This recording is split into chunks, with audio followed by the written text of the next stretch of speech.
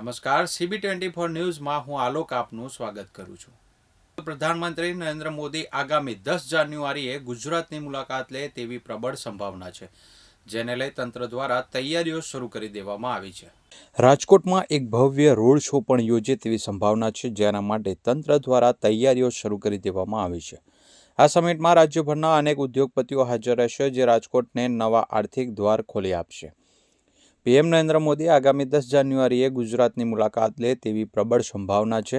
તેમનો મુખ્ય કાર્યક્રમ સૌરાષ્ટ્રના પાટનગર રાજકોટમાં યોજાનારી રિજિયોનલ વાઇબ્રન્ટ સમિટની શરૂઆત કરાવવાનો રહેશે. આ રિજિયોનલ સમિટ 3 દિવસ સુધી ચાલશે અને રાજ્યના ઉદ્યોગ જગત માટે મહત્વપૂર્ણ સાબિત થશે. પીએમ મોદી આ સમિટમાં ઉદ્યોગપતિઓ સાથે મુલાકાત કરશે અને રોકાણને પ્રોત્સાહન આપશે. સૂત્રોના જણાવ્યા અનુસાર પીએમ મોદીનો કાર્યક્રમ માત્ર સમિટ પૂરતો જ સીમિત નહીં રહે. તેઓ રાજકોટમાં એક ભવ્ય રોડ શો પણ યોજે તેવી સંભાવના છે, જેના માટે તંત્ર દ્વારા તૈયારીઓ શરૂ કરી દેવામાં આવી છે.